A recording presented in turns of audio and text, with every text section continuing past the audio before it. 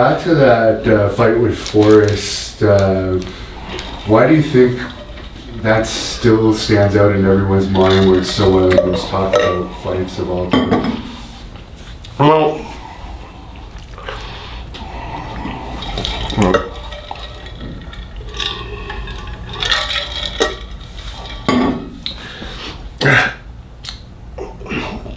Well, what that fight did was put the sport over. You know, it was still illegal in a lot of states. It wasn't accepted. It wasn't like something you wanted your boss to know you watched, or your wife's friends. You know, it was still had that stigma being barbaric and human cockfighting. So people weren't sure about it. And so far, like, you know, all the UFCs were on pay-per-views. So unless you were like a true hardcore MMA fan, you weren't exposed to it. So now for the first time, it's on regular TV that anyone could go check it out. And they're checking it out. I mean, oh, this is that human cockfighting. This is, I don't know. So season 1, so the diehards tuned in, and we did pretty good numbers for that season. And the finale, I remember there's around 2 people tuning in. 2 million people, sorry. Yeah. 2 million people tuning in at the time. And that's a pretty good turnout. I think the best episode did like around like in the high like 1.8 million, something like that, the first time they showed it. So we had all the diehards around the world tuning in that night. And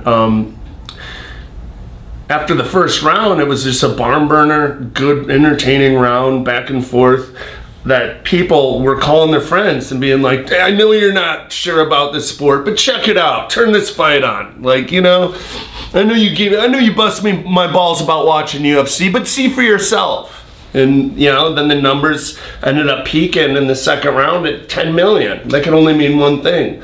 People are like calling and spreading the word about it. And entertaining fight, feel good ending. Put the sport over, made people realize that we're just regular guys, you know? It's just that whole stigma that used to be associated with it was just dissolved, you know? We were both kind of, at the end, we were still joking, laughing, and, you know, holding each other's hands up and cracking them funny ones, and just being silly, goofy, and then Dana comes in, gives it 2 contracts, and it just really warm, feel-good ending. And really just erase the negative stigmatism that the sport kind of had carried on for so long, and made people say, yeah, this sport is fucking cool. When you had your rematch against Forrest, were you excited about getting a chance to? I mean, no, like, all right, I had just fought, let's see, James Irvin, Keith Jardine, and Rashad in like less than 6 months. And my elbow was really bad. Like I couldn't bend it at all. I had like a vertical fracture down my ulna here, and I didn't know what was going on at the time. But I needed surgery. My body kept trying to fill the break in by sending like bone down there, and all the time in training you get kicked and shit like that, and those chunks would break off, and my body kept. So I had like this big mass of bone and this like.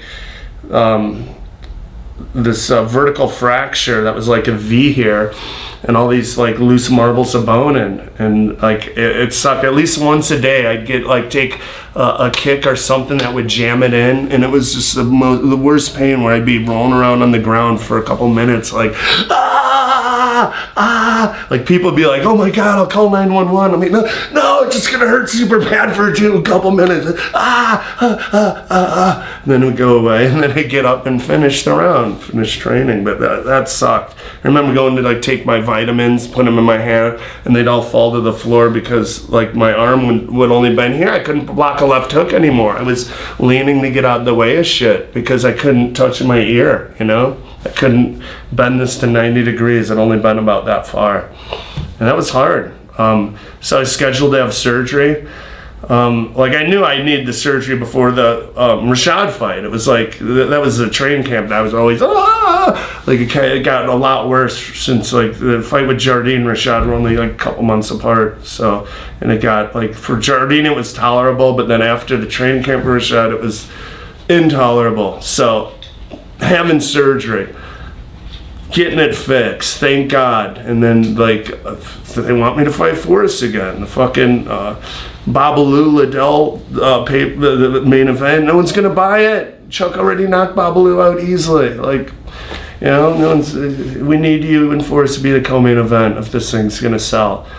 And I'm like, fuck no. Like, Dana have to have surgery, and then like, you know, like.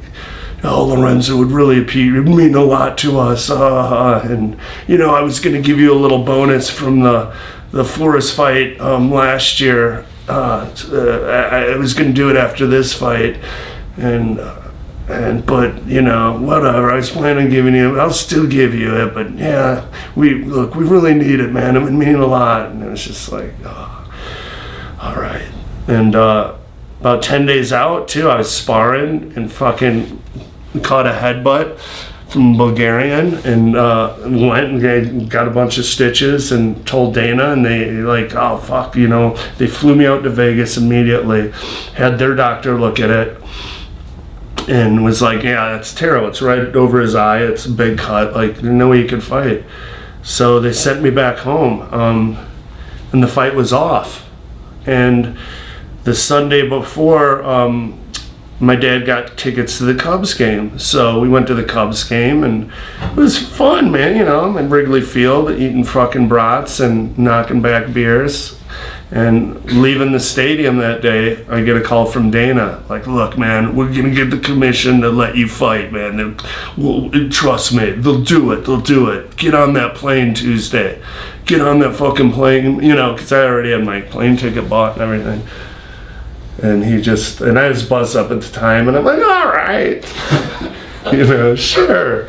So in that fight too, it was like, I was worried about this opening, you know, worried about my elbow. I didn't want to be there, you know, and I was kind of like just comfortable losing a competitive decision. I didn't really go for it. I wasn't there, yeah. Didn't go for it. Didn't want to be there.